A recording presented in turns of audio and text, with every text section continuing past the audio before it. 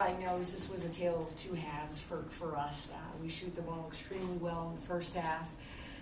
We talk at halftime that we've got to look at the scoreboard as 0-0, and I thought our kids did that indeed, yet we just couldn't put the ball in the hoop. And Western Michigan forced us into our fewest field goals made in a half on the season. And we knew this game honestly would come down to the wire. Came down to the wire at Kalamazoo. I thought Western played extremely hard defensively and forced us into some late turnovers, especially in the second half. But I'm really proud of our team because Western kept clawing and clawing and clawing, yet they could never take the lead. And that was a testament to our kids' resiliency. And we talked about that in the huddle a lot because that takes a lot of energy out of teams. And I was just really proud of the way we finished. Ironically, the game ended very eerily to the way it did in Kalamazoo, where we had a 1-point lead and they had the ball with about 10 seconds to go.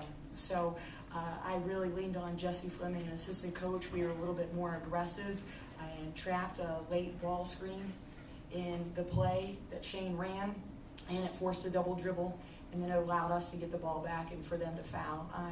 Honestly, that was a turning point in the game, but I got to credit Western Michigan. They are an extremely young team that has not been in this situation.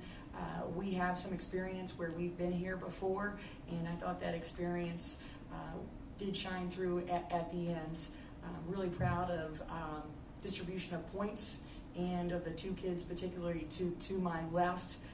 Miriam Justinger didn't have any points in the first half, yet her back-to-back layups were a big run for us when Jillian Haffel hit her. So she had 6 points, 2 rebounds, 2 assists in the second half.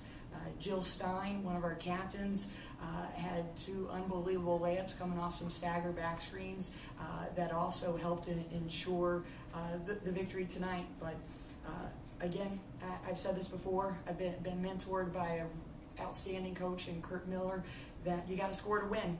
And it doesn't matter if you win by 1, 15, or 41 like we won in the first game. It's win and move on. And so we will talk very little about this, and our focus will be on Central Michigan. Questions for Miriam Justinger or Jill Stein? Ladies, for both of you first, do you feel like you won? Yeah, I do. It was a battle in the second half, and I think compared to the first game, to come out on top this time, I think that really shows how we've grown over the second half of the season. And so I totally feel like this is a victory for us. It kind of is a little bit more of like a wake-up call, like it's tournament time and everybody's playing because they know that they could be done tomorrow. So I think that I absolutely think that this is a victory for us, and it's a key victory. And it, like she said, it shows our resiliency, and it's going to bring us together for us to move on for the rest of the week. So I'm really excited about it. Gary, care to add to that? Just like what Jill said, it's like deja vu. Kalamazoo, same thing, but a different outcome. And I like this outcome a lot better, so moving on. Miriam, they had cut the lead to a single possession, back-to-back possessions. You get the ball and put it in the basket. I know the one was fast break, but the other was in the flow of offense. Were you looking for a shot, or was it a shot that presented itself, or what? Can you kind of walk through the mindset there? Just a really nice pass from Jill Stein, and I put it in. So that's about it. Got a lot to say. Yes.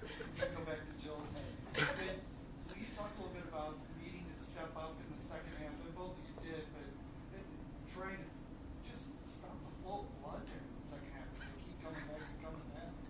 Yeah, we knew that they were never going to give up because it was a battle at their place, and so we knew that they would come in confident after beating us.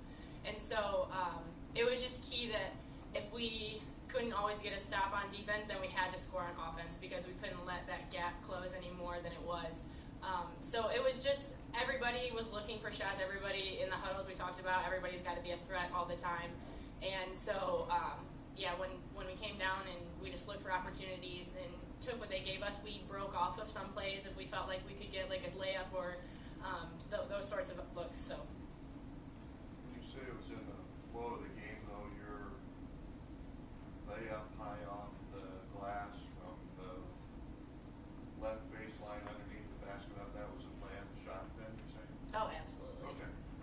Yes, It was.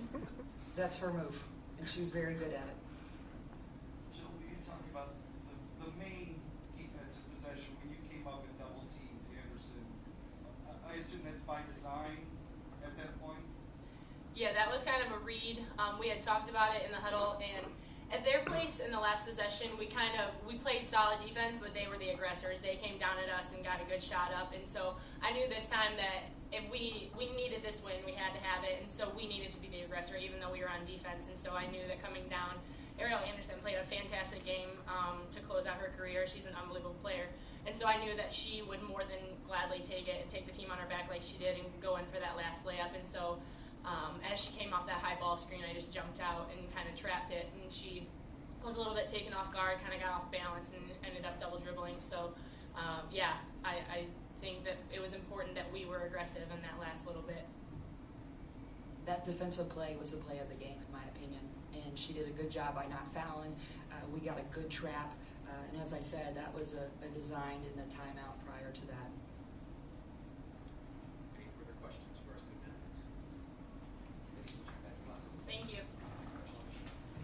Coach Stein, we'll let you answer questions. Okay. Questions for Coach Roos? So, Coach, is that really your first shot? Yes. Will you talk a little bit about the struggles offensively in the second half? I mean, how much what they did? I did lose my cool in a couple of timeouts and told them that we're getting shots, you need to score. And you need to step up and challenge several of them in 2 different timeouts. And we were getting good shots, it just didn't go in. It looked like it was that way early, and then it started feeding into bad shots and turnovers and things like that. Did you I thought that I was more disappointed with the turnovers than anything else. I mean, Jillian wanted, at one time in particular, wanted to get the ball out of her hands. She was just worn out and made a poor decision passing it up to Chrissy out of bounds. But we had 12 turnovers. They had 12 points off of turnovers. The majority of those were in the second half.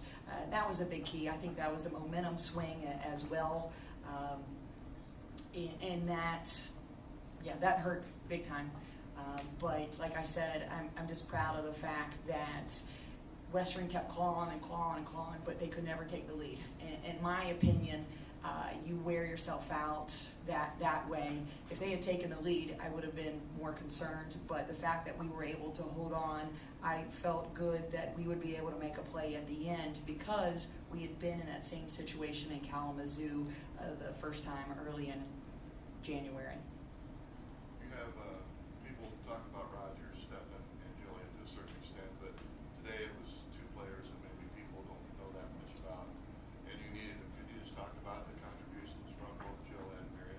We played 10 people today, and we're going to continue to play 10. You know, that's what I believe in because if we want to make a run at this, we need to stay fresh. And these 2 that were sitting to my left previously did step up. Miriam, I thought, could have even had a few more shot opportunities go in for her, yet you can't score if you don't shoot.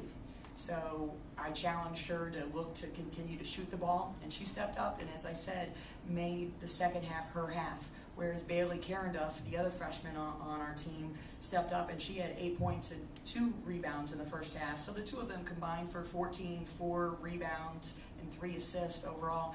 That's pretty good. For 2 freshmen that haven't been on this court before, that still have some jitters, I'll take that any day of the week. But I told the team that at halftime, you need to worry about this game, and then I'll worry about minutes.